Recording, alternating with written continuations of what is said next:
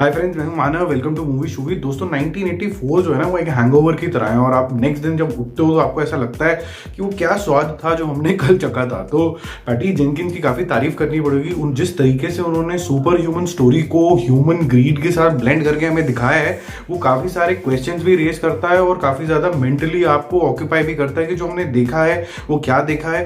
क्योंकि बहुत सी बारी आपको ऐसा लगेगा कि शायद आपने कुछ बच्चों वाला देखा है और बहुत सी बारी आपको ऐसा लगेगा आपने कोई बहुत ही ज़्यादा मेच्योर ह्यूमन बिहेवियर के बारे में सोचा है, देखा है, जो कि एक सुपर ह्यूमन पावर्स के थ्रू डिलीवर किया गया है बहुत ही सटल तरीके से। तो इस वीडियो में दोस्तों मैं काफ़ी ज़्यादा स्पॉयलर्स देने वाला हूं। तो अगर आपने वंडर वुमन नहीं देखी है तो आई विल से कि आप ऐसा करिए कि पहले वंडर वुमन देख लीजिए, फिर यहाँ आ जाइए। अगर आप डीसी के वंडर वुमन कैरेक्टर के बहुत बड़े फैन हैं और आपको हर वीडियो पे जो है अपडेट चाहिए तो आप ये ज़रूर देखना।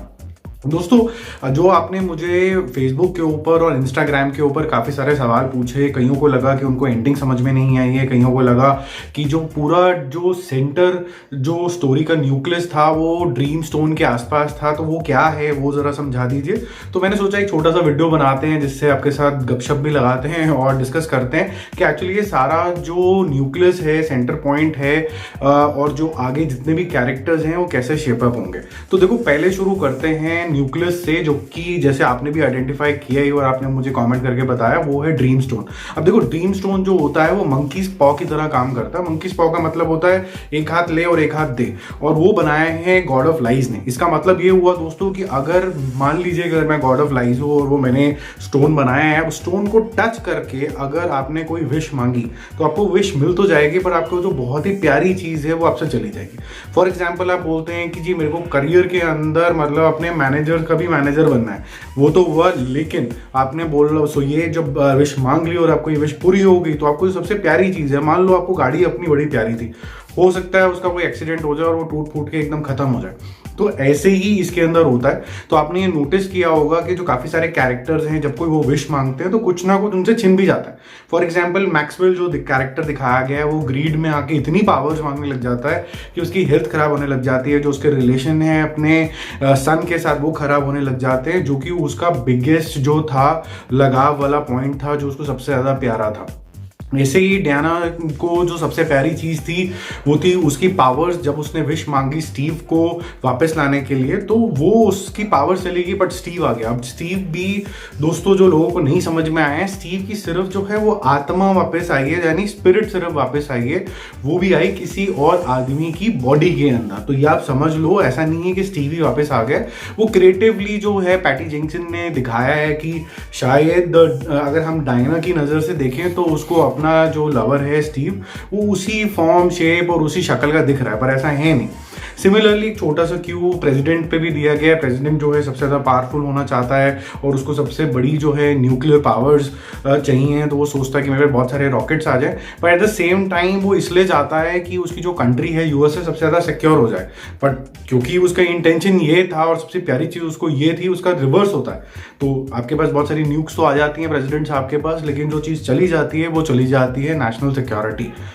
और जो चौथा कैरेक्टर जो कि काफ़ी ज़्यादा इंपॉर्टेंट था, बारबरा का, जो कि बाद में चीता बन जाती है, एपेक्स प्रीडेटर बन जाती है, वो बेसिकली एक सप्रेस्ड वुमन का उसने रोल प्ले किया था। उसको हर कोई इंटिमिडेट कर देता है। वो परेशान थी कि वो इतनी दबी हुई कैरेक्टर थी।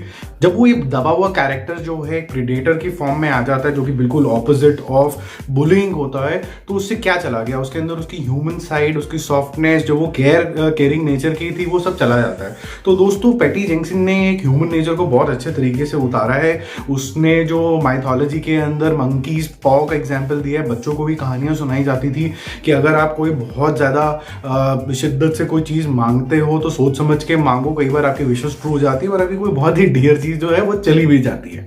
दोस्तों, फर्दर आपने पूछा कि ये मूवी के अंदर काफ़ी सारे जो सवाल हैं वो जो हैं अनआंसर्ड रह जाते हैं। तो मेरे पास कुछ 7 एक सवाल आए थे जिनको मैं एक एक करके एड्रेस करने की कोशिश करता हूँ। पहले की जो स्टीव है वो मतलब स्टीव वापस कैसे आ गया। दोस्तों, स्टीव ऐसे वापस आ गया कि जब डायना ने या कि हमारी वंडर वुमन ने जब ये विश मांगी कि मेरा जो स्टीव है वापस आ जाए। अब जो स्टीव है उसकी बॉडी तो रही नहीं है, वो क्योंकि मर चुका था, जो चीज़ एग्जिस्ट ही नहीं कर सकती कि वो आएगी कैसे। तो उसकी जो स्पिरिट है वो किसी और की बॉडी में एक वेल ड्रेस्ड अप मैन दिखाया जाता है जो कि probably is doing very good in his life. तो उसका जो अपार्टमेंट वगैरह दिखाया है काफ़ी अच्छा दिखाया है। आपने नोटिस किया होगा एक शॉट आता है जिसके अंदर स्टीव अपने आप को एक मिरर के अंदर देखता है और बड़ा क्लियर रिफ्लेक्शन है कि अगर हम डायना की नज़र से देखें तो वो अपने लवर स्टीव को देख रही है जैसे कि 1918 में उसने उसको देखा था, पर एक्चुअली में वो मैन कोई और है। तो सेकंड सवाल दोस्तों आपने पूछा कि वंडर वुमन का क्या होगा। तो मेरे ख्याल से दोस्तों वंडर वुमन का जो हमने अगर हम टाइमलाइन देखें तो 1918 की हमने टाइमलाइन देख ली, 1984 की हमने टाइमलाइन देख ली और इनफैक्ट देखा जाए तो हमने करंट 2017 की भी टाइमलाइन देख ली जो कि जस्टिस लीग थी और उससे पहले सुपरमैन वर्सेस बैटमैन भी हमने देख लिया। तो मुझे ऐसा लगता है कि अब डजंट मेक सेंस कि उसके बीच का कोई पीरियड के ऊपर कोई मूवी बने। तो मेरे ख्याल से अब जो भी हम मूवी देखेंगे, जो भी नेक्स्ट वंडर वुमन में होगा, वो अब 2021 ऑनवर्ड्स, 22 ऑनवर्ड्स जब नेक्स्ट वंडर वुमन आएगी वो हम देखेंगे। थर्ड क्वेश्चन आपका था बारबरा का क्या होगा। दोस्तों बारबरा का जो कैरेक्टर है मुझे काफी ज्यादा इंटरेस्टिंग लगा क्योंकि देखो जो उसके मन के अंदर कनिंगनेस थी वो वहीं की वहीं है, क्योंकि जो लास्ट में उसका विश का जो स्पेल है वो जो टूटता है जिससे उसका जो कैट वाला जो पूरा स्किन हो जाता है वो उतर जाता है और वापस अपने अवतार के अंदर आ जाती है, ह्यूमन अवतार के अंदर आ जाती है। वो हमें ये रिफ्लेक्ट करता है कि ये चॉइस उसने नहीं ली थी, ये चॉइस तब हुई थी जब वंडर वुमन ने एक्चुअली में विशेस का जो स्पेल है अक्रॉस वर्ल्ड वाइड तोड़ दिया था मैक्सवेल को इन्फ्लुएंस करके, अपने लासो को यूज करके। वो लास्ट सीन आप देखना, आपको काफी इंटरेस्टिंग लगेगा अगर आपने अभी तक मूवी नहीं देखी है। पर ये बारबरा की चॉइस नहीं थी। तो अगर ये बारबरा की चॉइस नहीं थी तो हो सकता है उसके मन में कुछ ना कुछ कनिंगनेस रह गई हो और हम ऐसा देख सकते हैं कि नेक्स्ट जो सीरीज आए वंडर वुमन की या तो वही मेन विलन हो या फिर वो कोई और स्ट्रॉन्गर विलन के साथ पैच इन कर जाए। मुझे ऐसा फीलिंग है कि क्योंकि वो इतना ज्यादा स्ट्रॉन्ग कैरेक्टर भी नहीं है कि वो मेन सेंटर स्टेज ले पाए, तो वो क्योंकि अब वंडर वुमन के बारे में इतना कुछ जान चुकी है तो शायद एक तरीके से ऐसा हो सकता है कि वो जो नया विलन दिखाएंगे उसके साथ वो हैंडशेक कर लेगी। चौथी चीज दोस्तों जो मैक्सवेल है मेरे ख्याल से जो दिखाया गया है, क्योंकि उसका चेंज ऑफ हार्ट बड़ी क्लियरली हुआ है। उसने अपने बच्चे को भी, अपने सन को भी ये प्रॉमिस किया है कि that he will make him proud.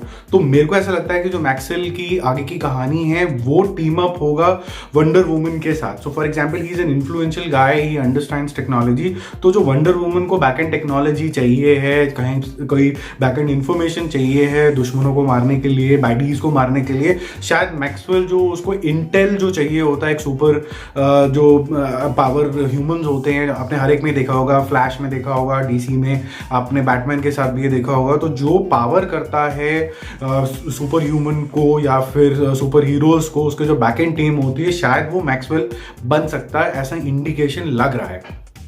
दोस्तों पांचवी चीज है कि हमने एक बड़ा अच्छा एंड क्रेडिट के टाइम देखा लिंडा कार्टर, जो कि ओरिजिनली वंडर वुमन बना करती थी 1975 1979 के आसपास। एक सीरीज आती थी वंडर वुमन की, वो उसके अंदर वंडर वुमन बन के आती थी, बट इसके अंदर वो द ग्रेटेस्ट वॉरियर एस्टीरिया बनी है और लास्ट सीन में हमें दिखती है और ये बताया गया है कि वो अपने रेल्म के अंदर, अपनी कैपेसिटी के अंदर वर्ल्ड को अभी तक बचाते हुए हैं। तो मुझे ऐसा लगता है कि वो वंडर वुमन के पास उसी के शहर में आई हैं तो कोई ना कोई रीजन होगा, तो वो वंडर वुमन को काफी ज्यादा चीजें और सिखाएगी और उसके साथ हो सकता है टीम अप करे।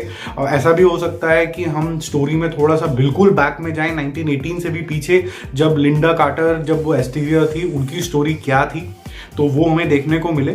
मेरा यहाँ पर हिच बस यही रहेगा कि लिंडा कार्टर की जो उम्र है वो लगभग 79 ईयर्स है, तो वो ये रोल प्ले तो नहीं कर पाएंगी बिल्कुल उछलने कूदने वाला सुपर ह्यूमन सुपर पावर्स के साथ। तो हो सकता है उनका यंगर रोल कोई और करे, ऐसा क्वाइट पॉसिबल है।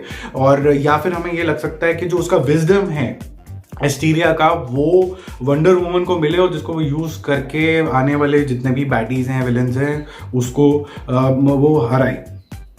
दोस्तों बाकी चीज़ें आपने जो मुझसे पूछी वो ये थी कि ऐसा क्यों हो रहा है कि वंडर वुमन के पास कुछ स्पेशल पावर्स आती जा रही हैं। तो दोस्तों आपने पहली सी जो पार्ट आया था वंडर वुमन का, और वंडर वुमन का पार्ट 2 भी जो आया है, उसके अंदर आप देख रहे हैं कि वो कंटिन्यूस एक मोमेंटम इन्होंने दिखाया है कि कोई ना कोई वो पावर्स जो हैं वो नई एक्सप्लोर करते जा रही है। आपने देखा होगा पार्ट 1 के अंदर भी ऐसा नहीं था कि उसको सारी पावर्स के बारे में पता था। एंड में जब वो लड़ती है एक और बैडी के साथ, तब वो गॉडेस लाइक अवतार में आती है और उसको काफ़ी ज़्यादा अपनी अपनी पावर्स के बारे में पता चलता है। तो मुझे भी ऐसा लग रहा है कि जो जैसे छोटे छोटे एलिमेंट है, फॉर एग्जांपल इनविजिबल जो प्लेन था, अब उसको थोड़ा सा डायरेक्टर साहब ने मिस्ट्री में ही छोड़ दिया है कि इनविजिबल प्लेन का हुआ क्या। अब वो ये खुद यूज करेगी वंडर वुमन की कोई और यूज करेगा, क्योंकि उन्होंने हिंट दी थी कि लास्ट टाइम जब उन्होंने इस मैजिक का यूज किया था तो उन्होंने एक कॉफी कप को इनविजिबल कर दिया था और उसके बाद घूम गया था, और ये नहीं पता कि वो कॉफी मग का क्या हुआ।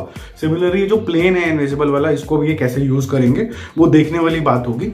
लास्ट सवाल जो आपका आया मेरे को फेसबुक के ऊपर, वो था कि जो वंडर वुमन है वो इतना ज़्यादा फ्लाई कैसे कर पा रही है। दोस्तों इसका आंसर मेरे पास भी नहीं है, क्योंकि जैसे मैंने बोला कि काफ़ी ज़्यादा जो चीज़ें हैं वो एक्सप्लोर कर रही है। कहीं ना कहीं पर्सनली मैं ये फील करता हूँ दोस्तों ये एक राइट मूव तो नहीं है, क्योंकि पता क्या हो रहा है कि काफ़ी ज़्यादा पावर्स का ओवरलैप है।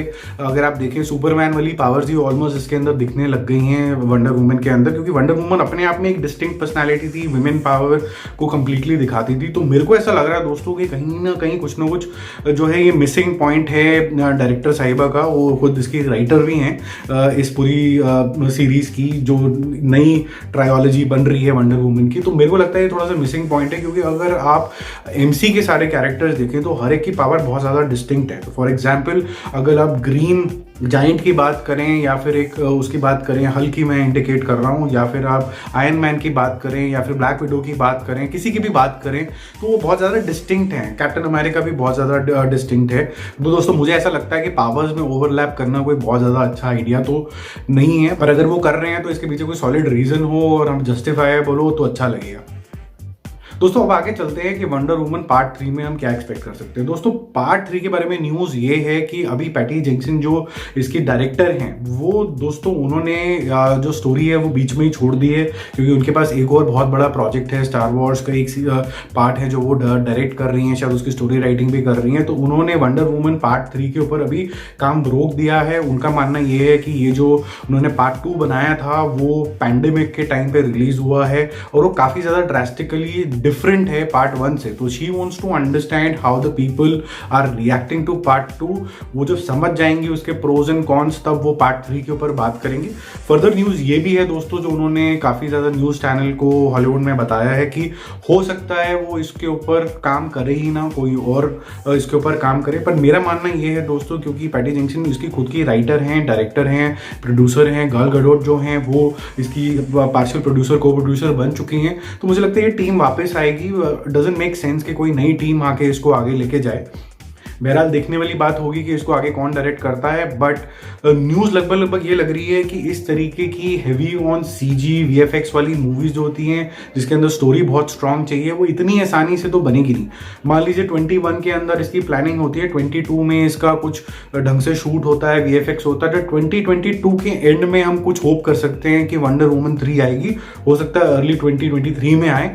इन बिटवीन ये पॉसिबिलिटी ज़रूर है कि अगर हम जो डीसी का यूनिवर्स के अंदर, जैसे फॉर एग्जांपल फ्लैश आने वाला है अभी, उसके ऊपर जो पहले सीरीज थी, टीवी सीरीज थी, उसके ऊपर प्रॉपर मूवी बन रही है, तो हो सकता है कि हम उसके अंदर वंडर वुमन का कोई प्ले देखें।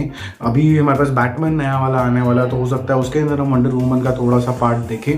But stand alone wonder woman मुझे नहीं लगता अभी आएगी। So is my feeling for Superman, क्योंकि सुपरमैन के ऊपर भी कोई फ्रेश काम नहीं हो रहा है। तो होपफुली दोस्तों ये जो मैंने वीडियो बनाया है ये डीसी और वंडर वुमन के जो फैंस हैं उसके लिए बनाए हैं। आई होप आपको अच्छा लगा होगा, और अगर आपको अच्छा लगा है तो ये वीडियो ज़रूर लाइक करिए, शेयर करिए और अपने कमेंट्स डालिए। सी यू, बाय।